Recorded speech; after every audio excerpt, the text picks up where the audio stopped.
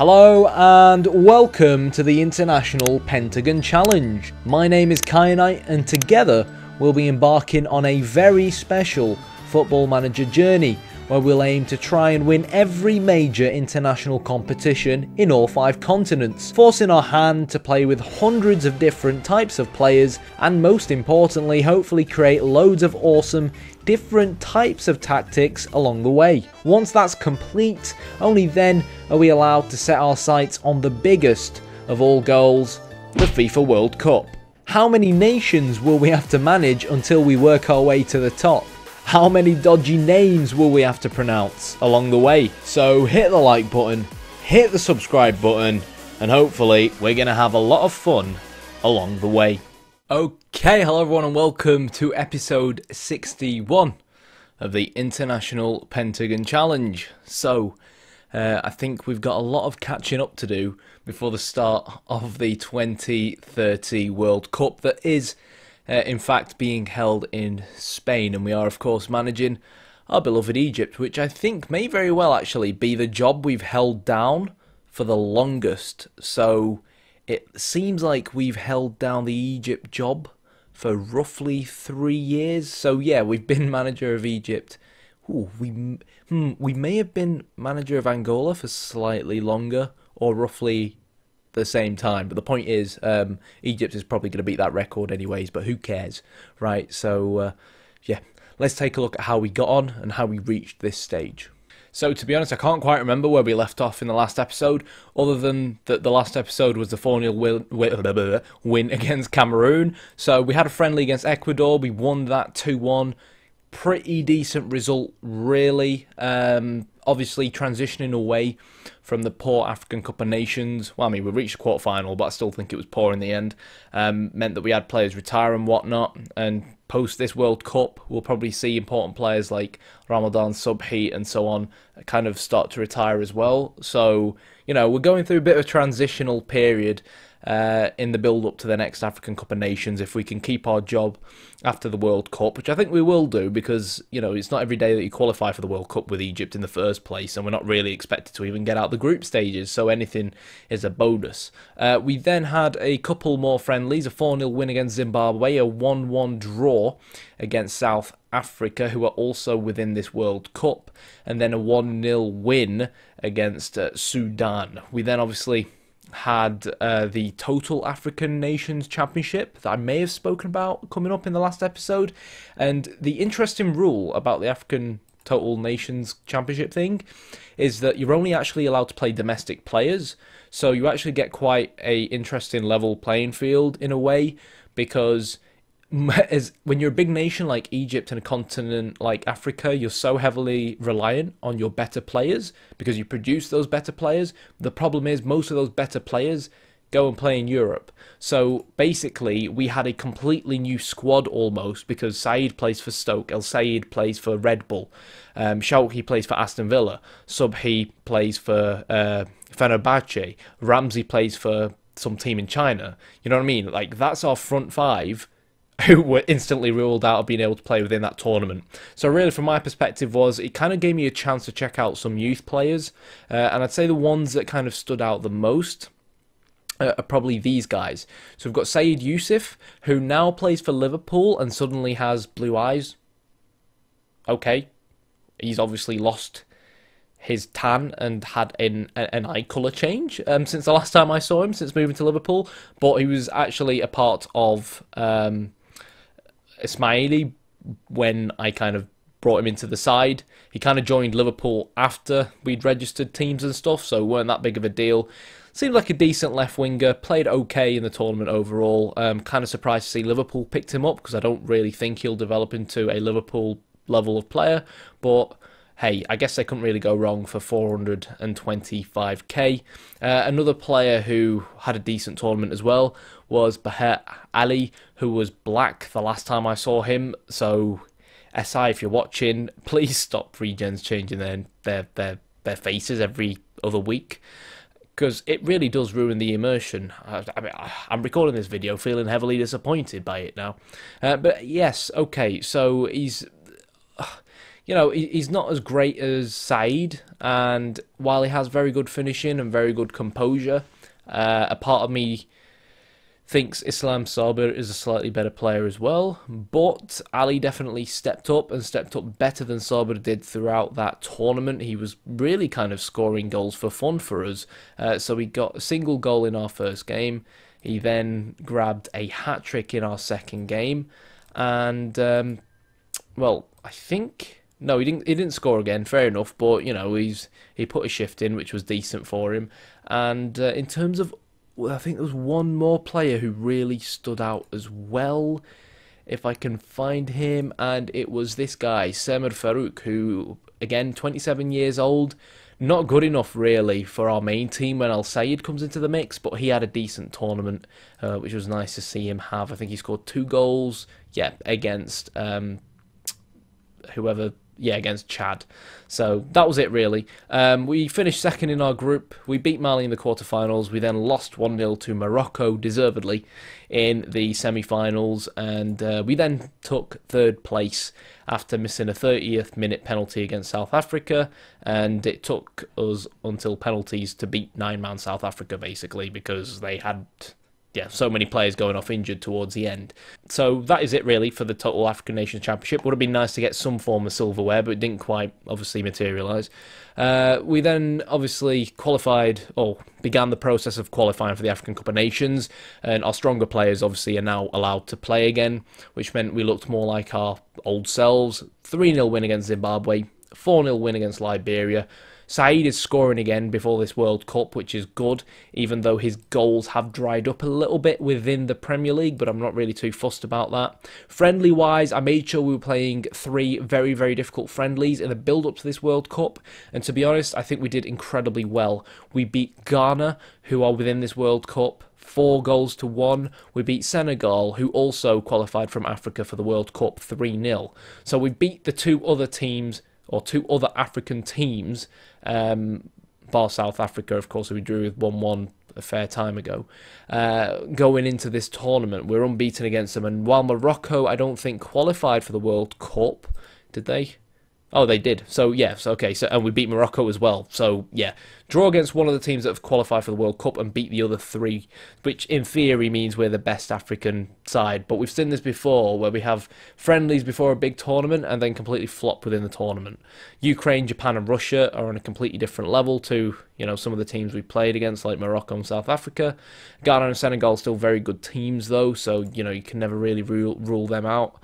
So, yeah, we play Ukraine. Just before we head into our game, obviously some of the World Cup games in the early groups have already been played. Everyone is on a point apiece. In Group A, England and Colombia top Group B. I think England played against Turkey and beat them, I think it was 3-1. Paraguay are top of Group C after Germany only drew to Scotland. It was actually Oliver Burke that got those 2 goals. Poland are top of Group D after beating either Canada or Senegal, with Brazil just behind them, and now obviously we come into play. We're obviously up against Ukraine. Now I've kind of taken a look at how their manager likes to play. You're talking a good old-fashioned 4-2-3-1, sitting deep, counter-attacking, defensive-based approach with, you know, pacey wingers. Now we're quite fortunate in the sense that if I click on Kopyatov, for example, he plays for Juve, so we do know stuff about him, but players like Polyakov, who, well, we kind of know stuff about him, but if we take a look at Volkov, for example, who plays for Newcastle, we really don't know anything about him. So there are some players we do have information on here who we can kind of tweak to counteract, and there are players that we don't know much about, but the way I see it is we're in a healthier situation in terms of opposition information than we usually are, so we'll try and use that to our best of advantage. So, without further ado, let's take a look at our team. Here we go then. So 4-1-4-1. Abdesalam in goal. Abderraouf as the inverted wing-back. Kamal now is no longer our ball-winning midfielder. He replaces Mohamed Kamal at centre-back, who retired from international football at the age of 29. Khalifa is his left-hand man. Siam is still our main left-back. Hussam comes in to become the new Kamal, and while he only has 10 tackling, I find that his 16 work rate and his decent strength, decent jumping reach, you know, he puts himself about a little bit, makes him a decent ball winner nonetheless. El Sayed on the right, Ramsey on the left, who has been phenomenal in the build-up to this World Cup. We've got Ramadan Subhi and Shouty, both as the kind of Mazzala playmakers, 12 passing, 14 vision on Ramadan Subhi, 13 passing, 16 vision on Mohamed Shouty. So a lot of reliance on them, creating opportunities for the wide men, and of course, opportunities for Hussein Saeed to feed on.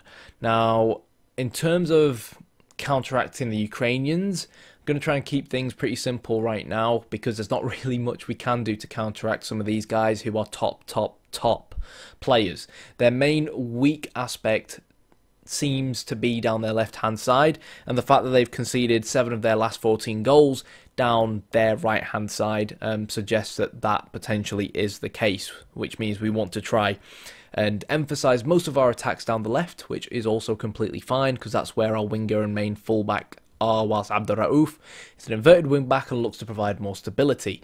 We've got Chaus in the middle, who plays for Shakhtar, and while he seems brilliant, he only plays for Shakhtar and is only on 30 grand a week. So that suggests he's not quite as good as his Sunderland alternative, who's worth significantly more and on more money.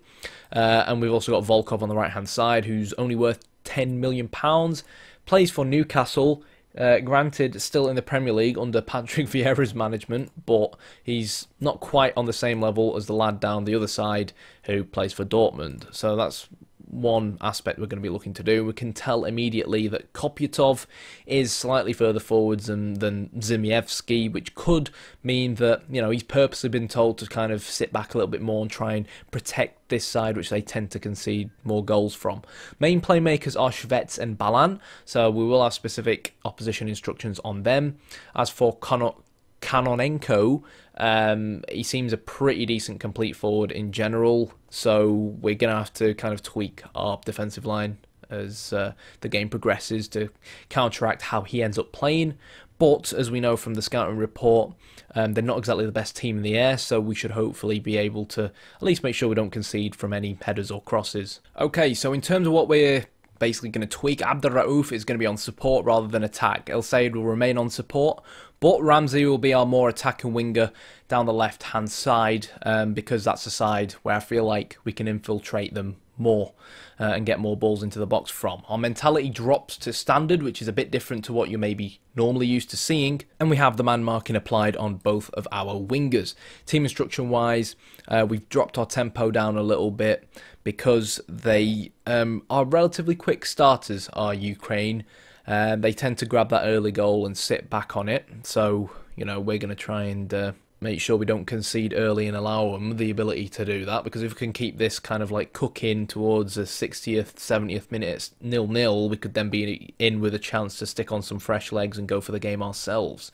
But yeah, that is really basically it.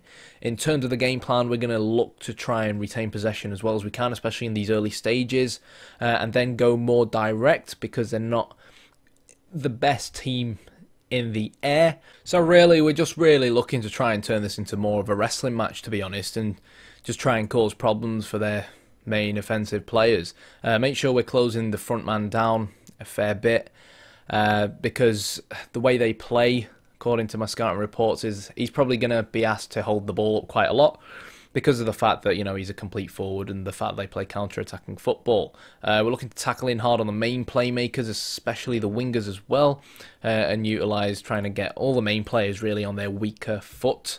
I normally go for the weaker foot option when I can't be bothered going through each one and seeing what their weaker foot actually is, and that's a nice quick way of doing it. So that's what we're going to start with for now. I don't really feel like their fullbacks are going to be coming forwards too much. One thing we could do if things aren't going our way is stick a second striker on later on, or maybe bring on Islam Sabir as kind of like an inside forward to try and infiltrate that little bit more against the weaker side of defence and get Siam on the overlap, but yeah, let's just see if we can ease ourselves into this game first. Here we go then. It is the 2030 World Cup being held in España. I'm not entirely quite sure whose stadium we're at. I was going to suggest potentially at Villarreal, but then I realised that Ukraine wear yellow, so that wouldn't have necessarily been I mean, too accurate of a guess, would it? But let's just try and take things slowly. Oh, there we go. We're at Sevilla's stadium, the Stadio de Olimpico. We're struggling to hold on to possession early on. But let's just see if we can at least go into the first 20 minutes at 0-0, really. And just make it seem like we are pushing our weight, we are holding the Ukrainians off, and that we do genuinely mean business. I was really happy that we got this group, because, I mean, let's be honest, you'd rather have Ukraine or Russia over someone like an England or a Germany, but at the end of the day, you're Egypt at a World Cup. You're going to struggle regardless of who your opposition is, because you are going to come up against very, very good opponents anyways. For me, if we can avoid finishing bottom of our group, I think, especially given that Japan are in our group, I think it was Japan that are in our group, because we've got Ukraine, Japan and Russia, I think it is, that would be an achievement. So let's just wait and see what happens. Let's hope that we don't have a player sent off within the first 20 minutes, because sometimes the hard tackling instructions can cause that to happen. But so far, we're close towards the 20th minute mark, and while we've not necessarily had a direct opportunity on goal, we've held off the Ukrainians pretty well, and we could actually take the lead here. El Sayed with a header, and we win a corner kick in the process. So we are knocking on the Ukrainian door. It does look like there is a door there to be open, basically, and while we find the back of the net, apparently it hit the hand of Saeed rather than his head, which is a little bit disappointing, but so far so good. Siam is going to play the ball back to Khalifa. I really do wish that the other Kamal, Mohamed Kamal, obviously he plays for Arsenal, didn't retire, because, you know, if he came back he'd still probably be our best centre-back in not just in the squad, but for the nation as a whole. So really disappointed that I've tried recalling him back up for, you know, to reconsider international retirement, but that's not exactly gone according to plan. We're seeing a lot of yellow cards here for the Ukrainians, and it looks like they could potentially be getting frustrated. We are creating chances. We have surpassed that 20th minute mark, and according to our scouting report, we know they tend to concede most of their goals, kind of like, yeah, for the first half at least, not in the last 15 minutes of the first half, but kind of like midway through the first half. So this is maybe a chance for us to try and maybe go a little bit more offensive in areas and see if we can take advantage of that. So for that reason, we're going to no longer look to retain possession. That might not be a great idea, given that, you know, we struggle to kind of hold on to possession in the first place, but possession, it doesn't win you games at the end of the day. Hitting the back of the net wins you games. So that's what we're going to look to try and do. If we've not really managed to crack anything by around the 35th, 40th minute, we'll go to something a little bit more disciplined maybe, yeah, see if we can at least go in 0-0 at half time. To be fair, I would totally take 0-0 at full time against the Ukrainians. So yeah, let's see what happens. We've got a lot of yellow cards on the Ukrainian side, and I'm sure they're not purposely just trying to make their names match the colour that they're wearing. It would be nice to see Shevchenko take charge of Ukraine, but I think he's currently the Birmingham manager, which is an interesting one. Oh, God! How's he missed that? I thought he did well to even get a touch on it there, but there's our first clear-cut chance, actually. Unlucky. They sit back rather than opt to close us down much, really, as a firm unit when we start attacking. And this is a great opportunity now, but we need to keep the ball because we've got a lot of players forward, despite only being on a standard mentality. Subhi towards Saeed, who is offside. And in that kind of situation, I just wish Subhi really took a shot on goal, because he does have a licence to do so, and he's scored a lot of long shots for us. So, okay. I'm thinking, let's see if we can tweak our opposition instructions a little bit and see if we can maybe wind up some of these guys who are on yellow cards and kind of cause them to make errors. So their left back, who obviously, okay, well, let's look to wind both of them up. I'm not sure what their aggression is like, but we do also have to obviously be careful that we don't start to accumulate cards ourselves, because that's not really ideal. But there we go, there's another offside. We get a lot of them, unfortunately, in the comprehensive highlights.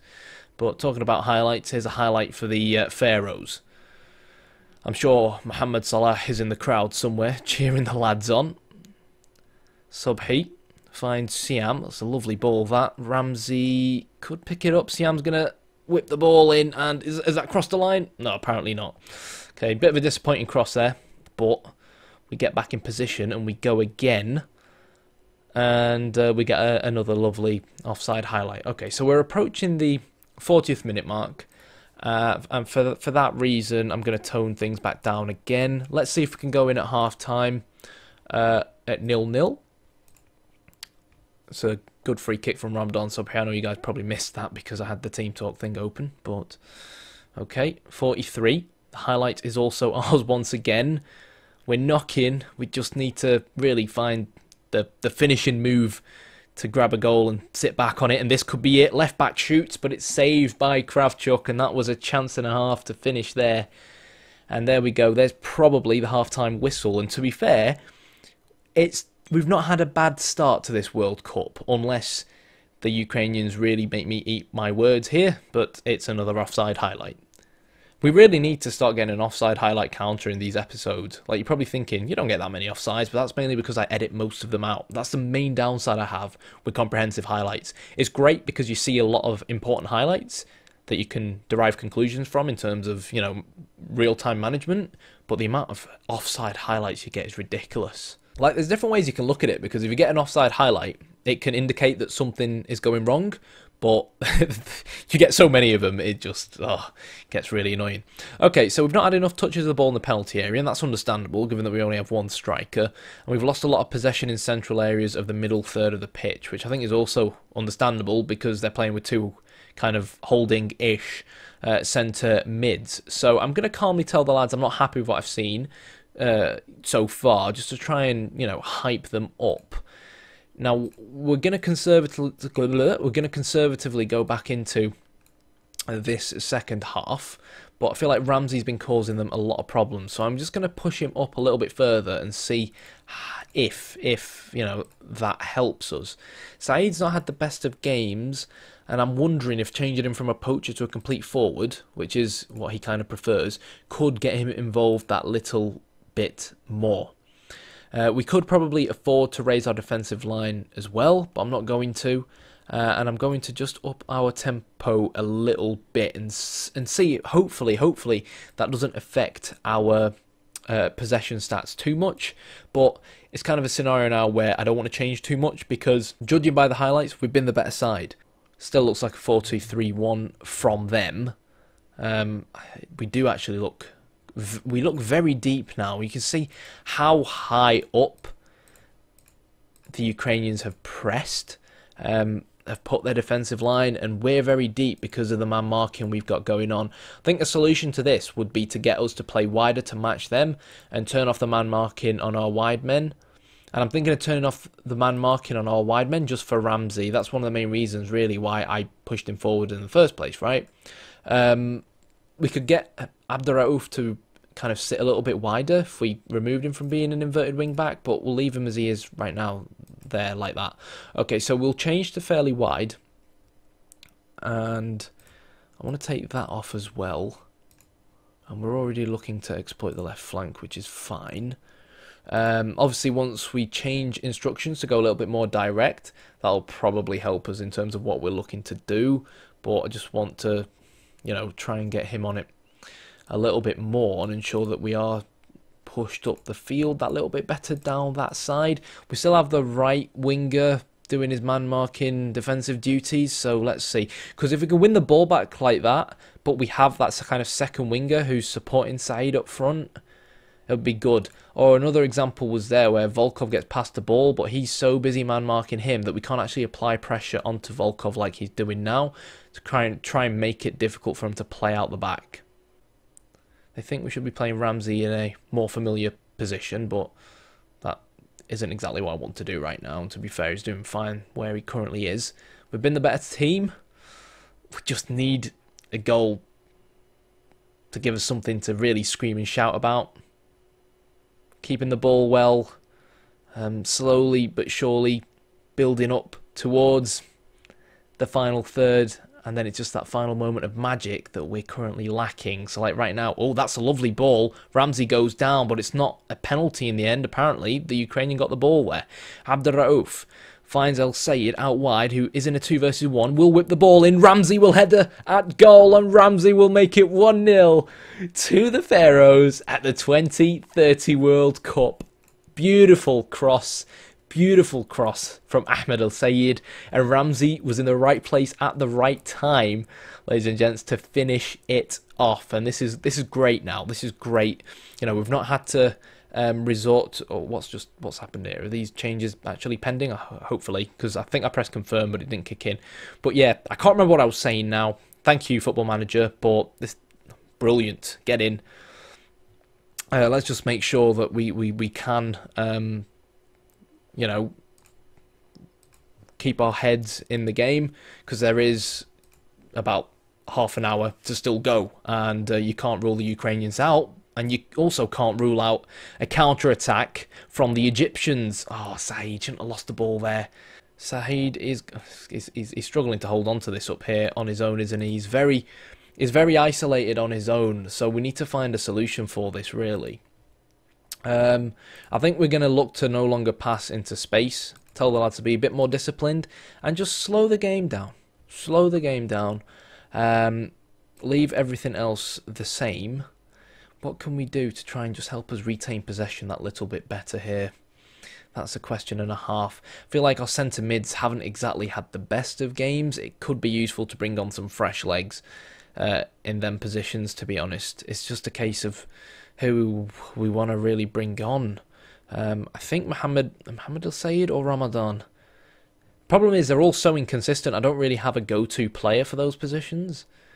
I'll bring on Mohammed El Sayed for Ramadan Subhi, and I'll put Shauki on the left-hand side because he's left-only footed, so he'll be able to get balls out wide towards Ramsey, and we'll go from there.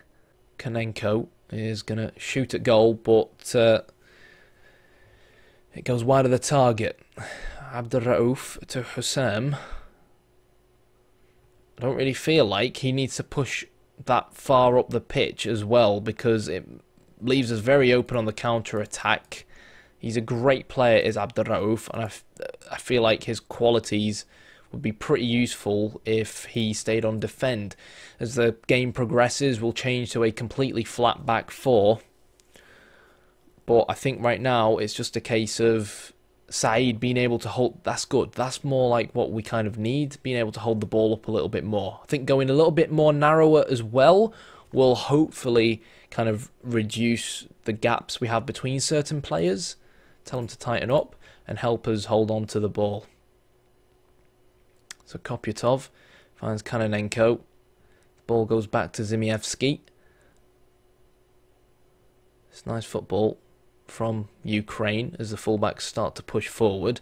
This is where we'll really have problems caused for us, but fortunately it was offside. So one thing I'm going to do here now, Abdurraouf is playing as an inverted wing back, going more central, so I'm going to get El Sayed to actually kind of man mark their left back instead, who we saw was pushing up. So Abdurraouf will be close to the centre back and will cover the winger, who tends to come in the 4-2-3-1 a bit more narrower, whilst El Sayed will stick to that wider man, who I think is probably going to be key for them now going forward, judging by that last highlight. So hopefully that'll actually end up being a decent decision. A lot of players booked, but no one quite making enough of an error to get sent off. El Sayed will shoot, and it goes just over the bar. We're approaching the final 10 minutes or so. So I think Ramsey can drop down to support. Siam will create that flat back four that we were talking about. Saeed will now become a complete forward on support. Hopefully he'll come deeper and help the midfield out a little bit more. One more thing we can do, I think we can do with fresh legs in the middle of the pitch as well. And it'll actually be Khalid Farouk that comes on, because he's pretty athletic. And whilst he's a fullback by trade, he's pretty decent in terms of his defensive attributes. So he can now also be kind of like a secondary ball-winning midfielder. And we're now playing more of a 4-2-3-1, similar to how they were. Abdesalem will no longer distribute quickly, slow the pace down, play the ball towards the fullbacks. We'll hopefully increase our own possession that way. And other than that, we will leave everything else the exact same, except we'll dribble less and look to exploit both flanks. Get El Sayed more on the ball, because he's not seen much of it, to be fair. They've probably sussed out where most of our attacks coming from, and we're now slowly starting to kind of even things out. Kopyatov. Oh god, that's a poor punch, but we can counter-attack from it. Ramsey probably should play this back. Instead, we win a throw-in. It's one of those situations where we really shouldn't even be in the lead on paper, but we do have the lead, and even though we've been the better team all game... oh god, is that... Send him off, ref! Come on, Jesus Christ. And while we've been the better team all game, a nation with... Oh god, Ahmed El Sayed needs to come off. With the abilities of the Ukrainians can obviously hit us hard at any time. So I think we can afford to make one more substitution. This is a tough one, really, because Mohamed El Hani is a tough one because he played really well for us, but he's losing his pace at his age. And I'm not sure we really want him on the pitch in this World Cup, but we brought him... At the end of the day, he's got decent defensive attributes. Let's do this. Let's do this. Why not? Yeah. In the last 5 minutes or so. Tell the lads to concentrate. Oh no. Oh god. Okay, Ukraine changed to a 4-3-3. Oh god, look at that. Jesus Christ. Okay, boys. This is going to be fun. So we go defensive, tell the lads to waste time. We go pretty narrow ourselves, and that should be fine. We're going to be looking to exploit the flanks. So actually now move here, please, my friend. And it also means that their fullbacks are going to be involved even more. We're holding on now. We're holding on. Possessions at 50-50. You don't need to hoot. Oh god, why do you do that? Just play it back. Just play it back. Play it back to our goal. Good. Now back to our goalkeeper. Just waste time. No, don't give the ball back to them. Okay. Slow and steady. No, what's he doing there? Give it back to the keeper. Back to the keeper. Did you see him do that little flick back? Like, what are you trying to do there? What are you trying to do? And to make it even worse, he probably gave the ball back to him. Come on, get into him. Get into him. Waste time. Waste time. I'm getting agitated. We're actually going to get a win at the World Cup. I can't even remember if we won a game as England at the World Cup. I need to go back and check that. If we seriously didn't win a game at the last World Cup managing England, yet we've somehow managed to beat Ukraine with Egypt. Like, I've gone down in Egyptian history. Like, kids... You know, when you're in primary school and you learn about the ancient Egyptians, kids ain't going to learn about that shit no more. They're going to learn about when I beat Ukraine at the 2030 World Cup, thanks to a Adil Ramsey header, who's a winger, but a win is a win. So I think I'll assertively tell the lads I'm happy with what I've seen. I can't tell them not to get complacent. We're not expected to get any points. And we've got Japan coming up next, which isn't going to be much of an easier game. Not just in terms of comparing both sides, but for me as well, because as we know, I won the Asian Cup with Japan as part of this Pentagon challenge. But yeah, El Sayed is only out for 2 days, which is good. Another thing I should probably mention is that Mustafa Said is our backup centre-back, and it was a gamble whether to bring him to the World Cup or not, and you can probably tell that he's anywhere near the same kind of level as our other centre-backs, but it does seem like his injury has fortunately started to heal earlier than we thought, so he might be able to even feature in our final game against Russia within the group. We're not entirely sure yet, but that is it for this episode. So we've magnificently actually managed to beat Ukraine at the 2030 World Cup at the Estadio Olímpico de Sevilla. I can't speak Spanish, as you can probably tell. If you enjoyed the video, hit the like button, hit the subscribe button. Next episode, we play the Japanese. Thanks for watching.